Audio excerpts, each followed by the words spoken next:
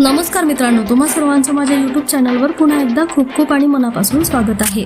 आजच्या व्हिडिओमध्ये आपण बघूया राज्य अधिकारी कर्मचाऱ्यांच्या बाबत दिनांक 23/12/2025 रोजी निर्गमित करण्यात आले 3 मोठे महत्त्वपूर्ण GR।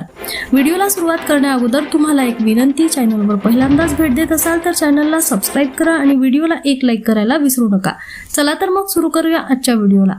राज्य अधिकारी कर्मचाऱ्यांच्या बाबत दिनांक 23/12/2025 रोजी 3 मोठे महत्त्वपूर्ण शासन निर्णय निर्गमित करण्यात आलेले आहेत। 1. सामान्य प्रशासन विभाग मंत्रालयीनसह सचिव व उपसचिव संवर्गातील अधिकाऱ्यांना पदोन्नतीनंतरच्या प्रशिक्षणातून सूट देण्याबाबत साप्र विभाग मार्फत दिनांक 23/12/2025 रोजीच्या निर्णयानुसार शासन आदेश देण्यात आले आहेत।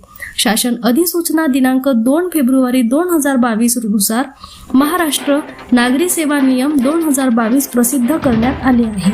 सदर नियमानुसार सर्व नागरी सरकारी अधिकारी कर्मचाऱ्यांना पायाभूत उजळणी व पदोन्नतीनंतरचे प्रशिक्षण अनिवार्य करण्यात आले आहे। यामध्ये मंत्रालयीन सहसचिव व उपसचिव, पदोन्नत झालेल्या व पदोन्नतीनंतरच्या प्रशिक्षणाकरिता पात्र असणाऱ्या परंतु सेवानिवृत्तीस 2 वर्षे अथवा त्यापेक्षा कमी कालावधी शिल्लक असणाऱ्या निर्णयात नमूद अधिकारी कर्मचाऱ्यांच्या पदोन्नतीनंतरच्या प्रशिक्षणातून सूट देण्यात येत आहे।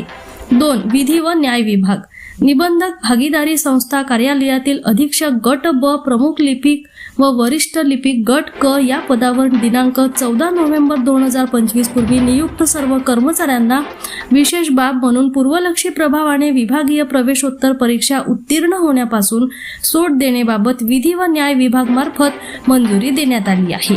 3.